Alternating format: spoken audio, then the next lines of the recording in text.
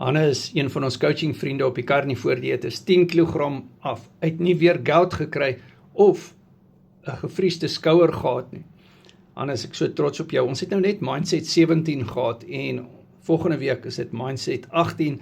Dis op Google Meet waar jy mense kan ontmoet soos Jean en Joanne en al die coaching vriende wat altyd daar is en getuig oor hoe hulle liggame verbeter het met die Carnivore en Keto word coaching. Ons doen ook bootcamps, ons het die migraine bootcamp wat hierdie Sondag aangebied word. Ons is net klaar met die lewer bootcamp gister en jy kan dit ook bestel.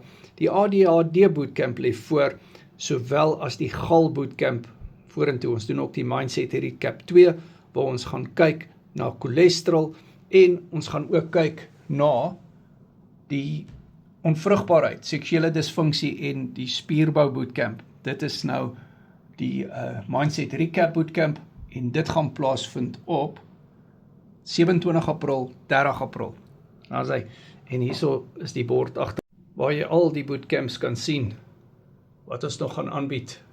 Byvoorbeeld die gal bootcamp, endometriose, parasiet, ketose bootcamp, en dan ook, daar kan jy sien, daar is ons die ander bootcamps wat ons nog gaan aanbied, migraine, ADHD, Mindset Recap 2, lewer bootcamp is nou klaar afgehandel.